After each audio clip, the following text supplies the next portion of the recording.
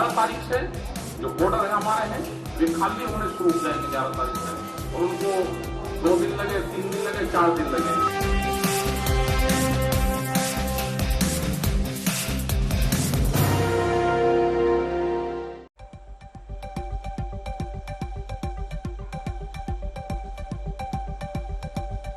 नमस्कार, मैं हूं श्वेता झा और आप देख रहे हैं आज तक। आपको बता दें, 1 साल से सड़कों पर डटे किसान आज अपनी जीत का जश्न मना रहे हैं। जी हां, आज किसानों की घर वापसी का दिन है। कृषि बिलों की वापसी और सरकार के समझौते के बाद किसानों ने आंदोलन स्थगित करने का ऐलान किया है। आज दिल्ली की सीमा पर ढोल नगाड़े बज रहे हैं और किसान खुशी से झूम रहे हैं। हालांकि किसानों ने साफ कर दिया है कि सरकार अगर अपने वादे से जरा भी मुकरती है तो आंदोलन वापस शुरू होगा। 15 जनवरी को किसान संयुक्त मोर्चा की बैठक होगी, जिसमें आगे की रणनीति पर विचार किया जाएगा। फिलहाल किसानों की खुशी का कोई ठिकाना नहीं है। तो ये तस्वीरें आपको हम दिखा रहे हैं। पिछले 1 साल से ज्यादा का वक्त हो गया है। 26 नवंबर 2020 से शुरुआत हुई थी किसान आंदोलन की और अब घर लौट रहे हैं किसान। आज से इसकी शुरुआत हो जाएगी। उससे पहले देखिए किस तरह से बॉर्डर्स पर, जहां पर किसान पिछले 1 सालों से थे, वहां पर जश्न मनाया जा रहा है।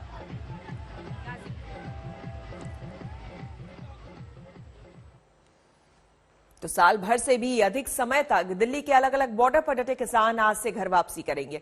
कृषि कानूनों की वापसी और दूसरी मांगों पर विचार के आश्वासन के बाद किसान अपने अपने घर लौट जाएंगे। मगर घर वापसी से पहले किसान अपने आंदोलन की जीत को लेकर विजय यात्रा। किसान संगठनों ने आंदोलन को स्थगित करने का फैसला किया है। लिहाजा कृषि कानूनों की वापसी समेत अपने कई मांगों को लेकर दिल्ली के अलग अलग बॉर्डर पर डेरा डाले किसान आज अपने घर लौट जाएंगे। मगर उससे पहले वो अपने आंदोलन की जीत का जश्न मनाएंगे। 1 साल से ज्यादा सिंघू बॉर्डर पर किसानों ने अपना डेरा जमाया हुआ है और अब इस अंत की शुरुआत हुई है नाच गाने से। यहाँ पीछे लोग गा रहे, नाच रहे हैं, यहाँ पे झूम रहे हैं, गाने बजाए जा रहे हैं। किसानों का कहना है कि जो वो करने आए थे, जो मुकाम हासिल करने आए थे, वो हासिल कर चुके हैं। घर लौटने से पहले किसान विजय यात्रा निकालेंगे। साल भर से अधिक समय तक चले अपने आंदोलन के दौरान टेंटों में रहकर उन्होंने बेहद मुश्किल मौसम का सामना किया। कोरोना की सबसे भीषण तबाही के दौरान भी वो हाईवे पर बने इन्हीं टेंटों में जमे रहे। मगर अपने इस संघर्ष में किसानों को स्थानीय लोगों की भी मदद मिली। लिहाजा किसान संगठनों ने ये तय किया है कि वो उन स्थानीय लोगों को सम्मानित करेंगे जिन्होंने दिल्ली के सिंघू, टिकरी और गाजीपुर बॉर्डर पर आंदोलन के दौरान उनकी मदद की। किसान आंदोलन की कमान संयुक्त किसान मोर्चा संभाल रहा था। तीनों कृषि कानूनों को वापस लिए जाने के बाद सरकार ने जब उनकी सभी मांगों पर विचार करने का लिखित भरोसा दिया तो गुरुवार को उसने आंदोलन को स्थगित करने का फैसला किया। किसान नेता राकेश टिकैत के मुताबिक आज से गाजीपुर बॉर्डर की एक सड़क खोल दी जाएगी। वहीं 15-16 दिसंबर तक गाजीपुर बॉर्डर पूरी तरह खोल दिया जाएगा। और 11 तारीख से जो बॉर्डर है हमारे हैं वे खाली होने शुरू हो जाएंगे 11 तारीख से, और उनको 2 दिन लगे, 3 दिन लगे, 4 दिन लगे। आज से भी बहुत लोग उसकी पैकिंग शुरू कर दी है। इसी तरह सिंघू बॉर्डर पर भी किसानों ने अपने टेंट हटाने और सामानों को समेटने का काम पहले ही शुरू कर दिया था। आज से वो पंजाब और हरियाणा की ओर लौटना शुरू कर देंगे। रामकिंकर सिंह और सुशांत मेहरा के साथ आज तक ब्यूरो। और हमारे 2 संवाददाता हमारे साथ जुड़ रहे हैं। गाजीपुर बॉर्डर से सुशांत जुड़ रहे हैं और मिलन जुड़ रही हैं सिंघू बॉर्डर से। सबसे पहले सुशांत, तस्वीरें दिखाइए, जश्न की तस्वीरें। देखिए श्रोता, ये पहला जत्था है जो कि अब गाजीपुर बॉर्डर से बिजनौर के लिए रवाना हो रहा है। राकेश टिकैत यहाँ पर खुद मौजूद हैं, आपको तस्वीरों में दिखाना चाहेंगे। हालांकि वो इस वक्त मीडिया से बातचीत कर रहे हैं और इस जत्थे की रवानगी जो है वो यहाँ पर करेंगे और यहाँ पर नारेबाजी और जश्न और खुशियाँ जो है वो साफ तौर पर किसानों के चेहरे पर झलकती हुई नजर आ रही हैं। लगभग 1 साल और आज घर वापसी। देखो, 1 साल किसानों के आंदोलन में हुआ और बहुत से अनुभव यहाँ किसानों ने सीखे और धन्यवाद करेंगे मीडिया का भी कि संघर्षों को इस दुनिया को दिखाया कि किसान किस तरह से संघर्ष कर रहा। अगर आप लोगों को ना दिखाते तो पता नहीं चलता कि किसान कैसे यहाँ बैठा है। सारे मौसमों में हर मौसम तब्दील रहते रहे, सर्दी, गर्मी, बरसात। वो अभी नहीं, उसमें जब टाइम आएगा तो उसमें करेंगे, फिर अभी नहीं, अभी कुछ नहीं, अभी वापसी होगी, वापसी होगा। हाँ, अपने घरों पर जान दो। जश्न और विदाई समारोह को लेकर अरे जश्न आज एक जत्था आज आप बिजनौर भेज रहे हैं, आज से ये माना जाए? हाँ, तो जाना शुरू हो गए लोग। पहला जत्था कहाँ जाएगा राकेश जी? नहीं, जो जहाँ के लोग हैं अपना जाओ।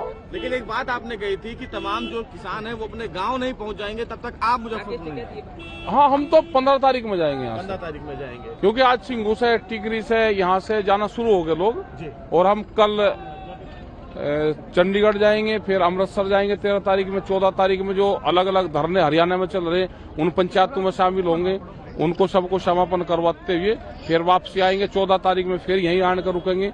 और जब तक उम्मीद है कि बहुत धरने, क्योंकि हजारों धरने देश में हैं, तो सबको घर वापसी भेजने का काम कर रहे हैं। आप इंडिया न्यूज पे लाइव हैं, इस समय ये बता दीजिए आज का प्लान क्या रहने वाला है? आज तो पूरा यहीं लोग रहेंगे जी, आज यहीं पे लोग हैं जी, और लोग जा रहे हैं धीरे धीरे, उनको सबको निकालने का काम शुरू हो रहा है। जी, आपने कल कहा था कि आज पैकिंग होगी, तो मंच हटाने का भी आज कार्य जो है शुरू होगा आज कल रात से या कल सुबह से जी। और क्या आगे का क्या प्लान है? ऊपर का भी रास्ता खुलेगा? ऊपर का आज तो नहीं, ऊपर का रास्ता कल उम्मीद है कि कल 12-1 बजे तक एक रास्ता खुल जाएगा, तो ये राहत है।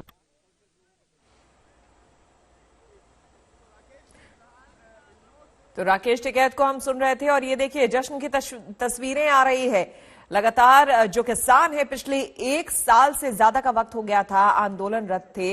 हर मौसम में इन्हीं बॉर्डर एरियाज पे वो जमे रहे। मिलन के पास चलते हैं। मिलन, सिंघू बॉर्डर से क्या तस्वीरें आप दिखा सकती है? क्योंकि कल ही से हम वहां देख रहे थे, टेंट वगैरह खुलने शुरू हो गए थे। पहला जत्था वहां से कब रवाना हो रहा है? जी बिल्कुल, देखिए सिंघू बॉर्डर पर भी अब लोग जीत का जश्न मना रहे हैं, साथ ही साथ सामान भी बांधा जा रहा है। मैं जिया से कहूंगी दिखाया जाए कि जिस तरीके से यहाँ पर लोगों की सेवा, लंगर का आयोजन किया गया था, वो अब धीरे धीरे डिसमेंटल करके ट्रक्स में रखा जा रहा है। यहाँ देखिए इतने सारे जो पंखे हैं ये लगाए गए थे, क्योंकि मैं याद दिला दूं, चाहे गर्मी थी, धूप थी, किसान यहाँ पर डटे रहे, कूलर्स थे।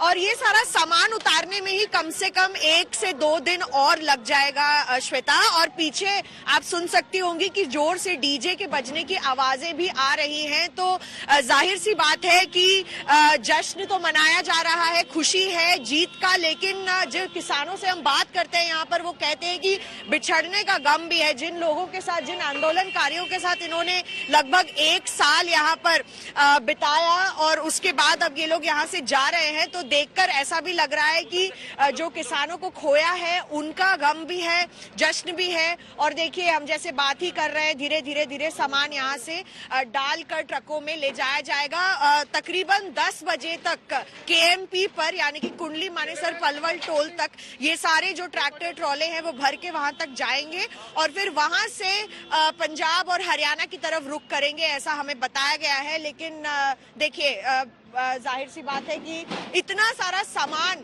जो आया था सिंघू बॉर्डर पर, किलोमीटर तक सिंघू बॉर्डर भरा रहा, तो इतने सारे सामान को ले जाने में भी अब भी थोड़ी देर लग सकती है श्वेता। और तस्वीरें भी हम आपको दिखा रहे हैं लगातार, देखिए, क्योंकि 1 साल से ज्यादा का वक्त, और ऐसे में सभी सामान को ले जाना, क्योंकि देखिए हर मौसम को झेला है इन किसानों ने, ऐसे में सामान भी बहुत ज्यादा हो गया था। सर्दियों के लिए रजाइयां, तमाम गर्म कपड़े, और 1 साल में जो कुछ भी इन लोगों पर बीता, जो ये अपनी बात बताते रहे हैं, लेकिन आज तस्वीर कुछ और है। आज खुशी का माहौल है, सभी खुशी मना रहे हैं, भंगड़ा पा रहे हैं, चाहे सिंघू बॉर्डर हो, टिकरी बॉर्डर हो या फिर गाजीपुर बॉर्डर हो। गाजीपुर बॉर्डर भी एक बार फिर से आपको लिए चलेंगे। सुशांत हमारे संवाददाता बने हुए हैं। सुशांत, राकेश टिकैत जिस तरह से कह रहे हैं कि वो 15 तारीख से पहले यहां से नहीं हटने वाले हैं, लेकिन वहां पर किस तरह से अब किसान जो है वो आगे अपने अपने घरों को लौटेंगे, जरा बताइए। फेज वाइज जाएंगे, पहला जत्था जो जाएगा उसमें कितने किसान होंगे, क्या कुछ जानकारी? देखिए, मैं आपको तस्वीरें दिखाना चाहूंगा श्वेता, कि पहला जत्था है जिसमें तकरीबन 15 के आसपास 12 से 15 किसान हैं जो कि बिजनौर की ओर रवाना जो है वो होते हुए आपको नजर आएंगे। और चेहरे पर अच्छी खासी खुशी, नारेबाजी और लगातार जो घर जाने की खुशी जो है वो यहाँ पर साफ तौर पर किसानों की यहाँ पर झलकती हुई नजर रहेगी। भारी है और साफ तौर पर कहना है कि पिछले 1 साल से वो यहाँ पर डटे हुए थे। धूप हो, बारिश हो, आंधी हो और तूफानों के अंदर उन्होंने अपना संघर्ष जो है वो लड़ा और आज घर वापसी जो है वो की जाएगी। पहला जत्था रवानगी हो रही है। हालांकि राकेश टिकैत की तरफ से कहा गया है कि दिल्ली गाजीपुर बॉर्डर है, उसका एक फेज जहां पर टेंट जो है वो लगा रहता था, मंच लगा रहता था, उसको यहां से जो है वो हटाने की कोशिश आज पूरी तरीके से किसानों की तरफ से रहेगी, ताकि एक रोड जो है वो नेशनल हाईवे का जो है वो खोला जा सके। और इसके साथ साथ जहां पर जो लोग दिल्ली से गाजीपुर और गाजीपुर से अगर कहा जाए मुरादाबाद और इसके अलावा नोएडा से जो लोग NH-24 का इस्तेमाल करते थे, उनको सहूलियत मिलने की कोशिश जो है वो यहाँ पर होती हुई नजर आएगी। और आप देख सकते हैं ये पहला जत्था लगातार जय जवान जय किसान के नारे यहाँ पर लगते हुए आपको नजर आएंगे। तमाम किसान हैं, एक अच्छी खासी खुशी आपके चेहरे पर आज साफ तौर पर झलकती हुई नजर आ रही है। हाँ जी बिल्कुल, आज खुशी का दिन है, हमारी काफी मांगे मानी गई हैं। हम सुशांत आएंगे और इन किसानों से भी बात करेंगे, लेकिन इस बीच हम किसान नेता राकेश टिकैत से बात करते हैं। दिल्ली के गाजीपुर बॉर्डर पर आंदोलन का मोर्चा संभाले हुए थे।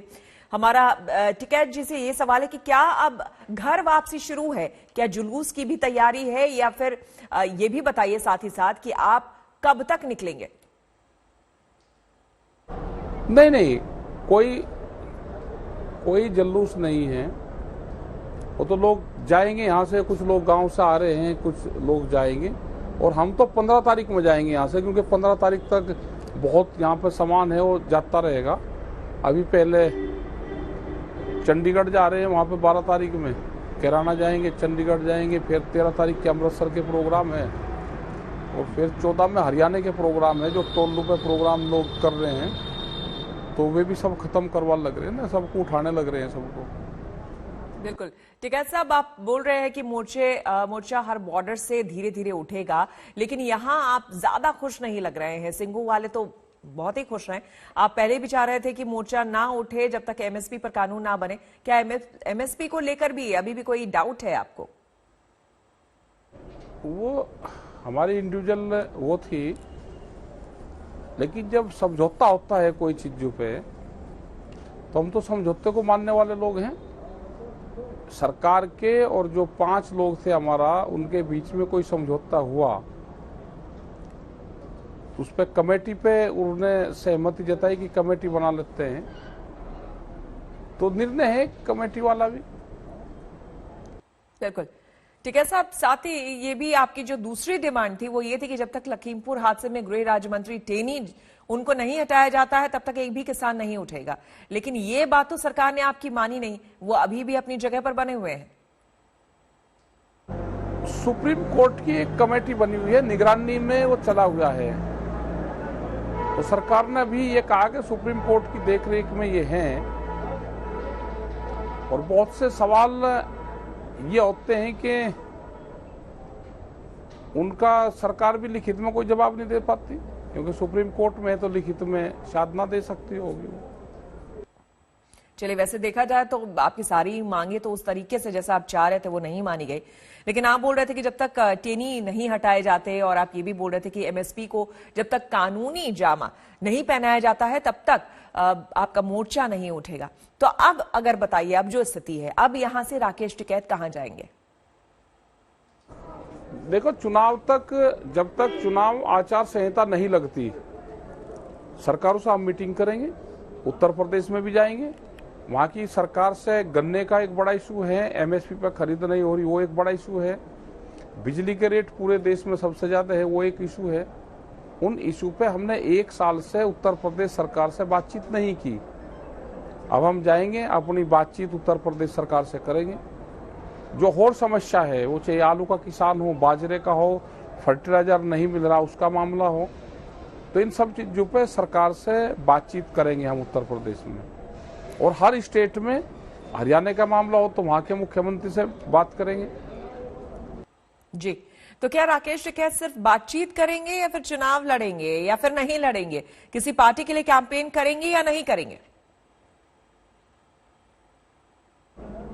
अगर प्रेस के लोग लड़ेंगे तो उनके लिए जरूर सोचेंगे, अब के एंकर को चुनाव लड़वाएंगे और उनके लिए जरूर हम सोचेंगे, सॉफ्ट कॉर्नर रखेंगे। आप टिकट जरूर लो और इसका बिल्कुल जो ये सेहत है ना, इसे जरूर लो। बहुत क्वेश्चन करे, 1 साल तक बहुत क्वेश्चन करे सबने। हमने पहले कह दिया कि हम ना चुनाव लड़ेंगे और ना किसी के लिए कैंपेन करेंगे। चलिए, बहुत बहुत धन्यवाद आपका। जो मुद्दे आधारित है उन्हीं पे ही बातचीत करेंगे हम सरकारों से। चलिए, बहुत धन्यवाद आपका हमसे बात करने के लिए।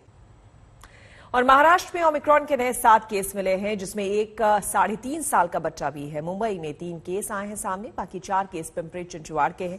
अब महाराष्ट्र में ओमिक्रॉन के कुछ मामलों की संख्या 17 हो गई है। महाराष्ट्र में 24 घंटे में कोरोना के 695 केस सामने आए हैं।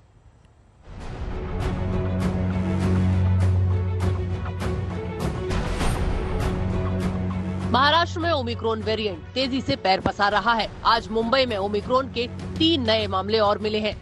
पहले के 2 मामलों को मिलाकर अब मुंबई में कुल 5 केस हो गए हैं, जिनमें से एक मरीज नेगेटिव भी हो चुका है। आज जो मामले आए हैं उनकी बात करें तो तीनों मरीज पुरुष हैं। इनमें से एक तंजानिया से, एक यूके से और एक साउथ अफ्रीका से लौटा है। फिलहाल तीनों मरीजों को बीएमसी ने 7 हिल्स अस्पताल में भर्ती करा दिया है। इनमें से एक मरीज धारावी का रहने वाला है। आज महाराष्ट्र के पिंपरी चिंचवड़ में ओमिक्रॉन के 4 मरीज मिले हैं। ये लोग विदेश से नहीं लौटे हैं, बल्कि नाइजीरिया से आई एनआरआई महिला के संपर्क में आकर संक्रमित हुए हैं। इनमें से एक मरीज 3.5 साल का बच्चा है और एक मरीज को हल्के लक्षण हैं। कुल मिलाकर महाराष्ट्र में अब ओमिक्रॉन वेरिएंट के 17 मरीज हो गए हैं। पुणे जिले में पहले ही 7 मरीज थे। आज जो मरीज मिले हैं उन्हें जोड़कर 11 मरीज हो गए हैं। महाराष्ट्र के पुणे में ओमिक्रॉन के सबसे ज्यादा मरीज हैं, पर राहत की बात ये भी है कि पुणे कुछ उन चुनिंदा शहरों में है जहां 100% आबादी को कोरोना की पहली वैक्सीन लग चुकी है। यहां 90% को दूसरी डोज भी लग चुकी है। बचे हुए लोगों को भी वैक्सीन लग जाए, इसके लिए प्रशासन ने यहां वैक्सीन की प्रक्रिया और तेज कर दी है। ओमिक्रॉन के संक्रमण के बाद से भी लोग थोड़ा जागरूक हुए हैं। पिछले कुछ दिनों में वैक्सीन के लिए आने वाले लोगों की संख्या भी बढ़ी है। ओमिक्रॉन का जो वायरस का जो डर लोगों के दिल में था, वो उसकी कुछ जरूरत नहीं है कि उसका इतना घबराने की जरूरत नहीं है। वैक्सीनेशन ये एक ही इलाज है। मैं हर लोगों को एक आह्वान करना चाहता हूं कि वैक्सीनेशन ये बहुत अच्छा है कोरोना के अगेंस्ट लड़ने के लिए। महाराष्ट्र में ओमिक्रॉन के मरीजों की संख्या बढ़ रही है। ऐसे में बीएमसी ने भी वैक्सीनेशन को रफ्तार देने के लिए अपनी कमर कस ली है। बीएमसी वैक्सीन लगाने के लिए मुंबई के अलग अलग इलाकों में एक मोबाइल वैन लेकर जा रही है, ताकि वो लोग जो किसी वजह से वैक्सीन लगवाने नहीं जा पा रहे हैं वो आकर वैक्सीन लगवा लें। मुंबई से मुस्तफा शेख और पुणे से पंकज खेलकर के साथ आज तक ब्यूरो। और अब खबर कोरोना वैक्सीन के बूस्टर डोज को लेकर चल रही बहस पर। जी आपको बता दें कि सरकार ने बूस्टर डोज को लेकर कोई भरोसा तो नहीं दिया है, लेकिन ये जरूर कहा है कि एक्सपर्ट कमेटी इस पर विचार कर रही है। भारत में बूस्टर डोज पर उधेड़-बुन चल रही है, जबकि WHO ने कम से कम एक खास वर्ग के लिए बूस्टर डोज लगाने की सलाह दे दी है।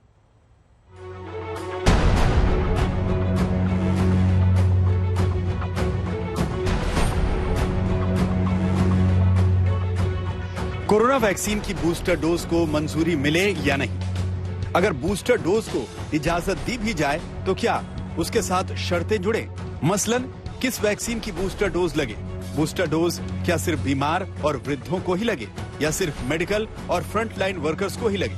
ये वो चंद सवाल हैं जिन पर भारत को फैसला जल्द से जल्द करना है। भारत में बूस्टर डोज पर फैसला सिर्फ मेडिकल नजरिए से ही करना होता तो शायद थोड़ी आसानी होती, क्योंकि भले ही एक और भारत की आधे से ज्यादा वयस्क आबादी को वैक्सीन की दोनों डोज लग चुकी हो, लेकिन अभी भी एक बड़ी आबादी को वैक्सीन लगने की चुनौती बाकी है। टीकाकरण पर नेशनल टेक्निकल एडवाइजरी ग्रुप यानी NTAGI को बूस्टर डोज पर नीति तय करनी है, लेकिन NTAGI इस पर कोई सिफारिश करे उससे पहले सरकार पत्ते खोलना नहीं चाहती। रेगुलर मॉर्निंग 9:30 को एक्सपर्ट ग्रुप, देश में जो ख्यातनाम हमारे साइंटिस्ट लोग हैं, वो उसमें एक्सपर्ट लोग हर सुबह इस विषय पर डिस्कशन करते हैं, बातचीत करते हैं और दुनिया में क्या हो रहा है, जहां ओमिक्रॉन वेरिएंट वायरस ज़्यादा है वहां हॉस्पिटलाइजेशन कैसा है और जगह पे कैसा है, इंडिया में उसके ऊपर नज़र रखी जा रही है,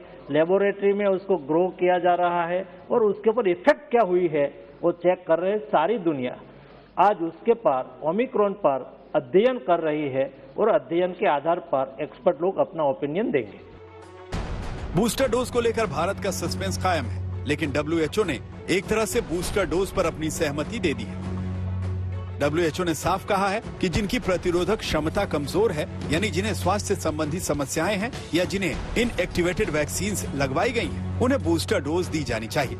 इनएक्टिवेटेड वैक्सीन का मतलब होता है ऐसी वैक्सीन जिन्हें कोविड वायरस को निष्क्रिय करने के लिए तैयार किया गया। भारत में भारत बायोटेक की कोवैक्सीन और चीन की सिनोवैक ऐसी ही इनएक्टिवेटेड वैक्सीन हैं, जिन्हें WHO ने मंजूरी दे रखी है। भारत के नजरिए से राहत की बात ये हो सकती है कि भारत में अब तक लगी 131 करोड़ से अधिक वैक्सीन डोज में सिर्फ 14 करोड़ से अधिक डोज ही कोवैक्सीन के हैं। लेकिन जब भारत समेत 57 देशों में फैल चुके ओमिक्रॉन वेरिएंट के खतरे का अंदेशा बरकरार है, तब बूस्टर डोज पर जल्द फैसला लेने की जरूरत है। और WHO ओमिक्रॉन के मद्देनजर देशों को अपनी वैक्सीन नीतियां तैयार करने के लिए आगाह भी कर रहा है। कुछ पश्चिमी देशों में बूस्टर डोज लगाया जाना शुरू हो गया है। भारत की तुलना उन देशों से नहीं हो सकती, लेकिन मौजूदा कोरोना चुनौतियों के मद्देनजर सरकार को बूस्टर डोज पर उचित रणनीति तो जल्द से जल्द अपनानी ही पड़ेगी। आज तक ब्यूरो। देश के पहले CDS जनरल बिपिन रावत और उनकी पत्नी की अस्थियां आज गंगा में प्रवाहित की जाएंगी। कल पूरे राजकीय सम्मान के साथ उनका अंतिम संस्कार किया गया था। जनरल बिपिन रावत की बेटियों ने उनके अंतिम क्रियाकर्म की सभी रस्मों को निभाया है। आज सुबह जनरल रावत की दोनों बेटियां कृतिका और तारिणी उनकी अस्थियां चुनने के लिए शमशान घाट पहुंची और उसके बाद हरिद्वार के लिए रवाना हो गई। बेहद दुख की घड़ी न सिर्फ परिवार के लिए बल्कि पूरे देश के लिए।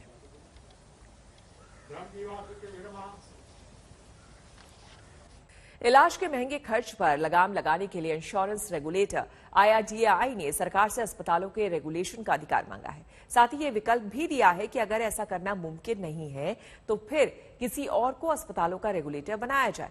इससे वो मरीजों से इलाज के बहाने औने पौने दाम नहीं वसूल सकेंगे।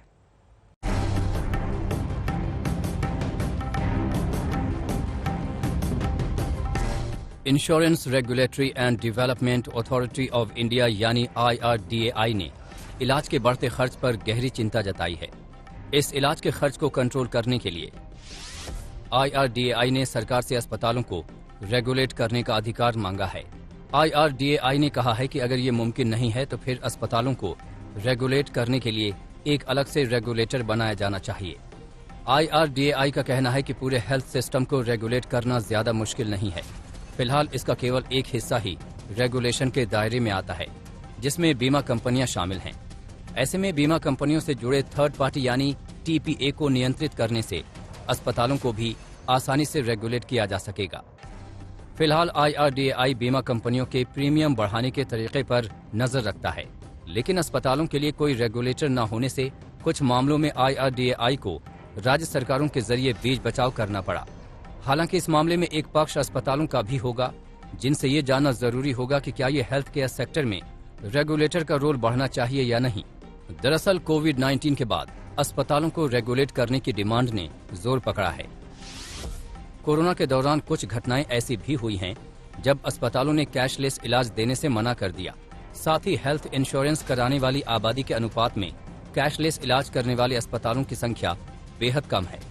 कई अस्पताल कैशलेस इलाज के बहाने भारी भरकम बिल थमा देते हैं।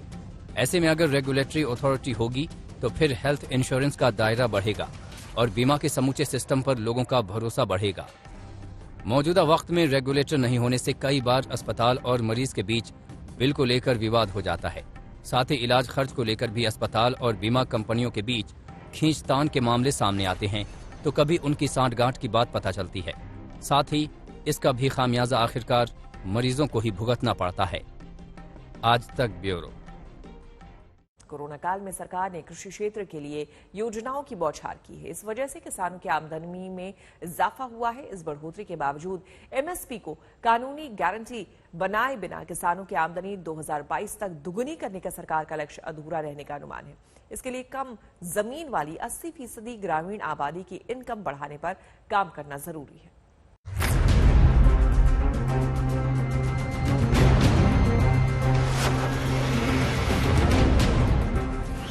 MSP पर कमेटी बनाने के बाद अगर इसे कानूनी गारंटी के तौर पर मंजूरी मिलती है तो किसानों की आय दोगुनी करने में ये मील का पत्थर साबित होगा।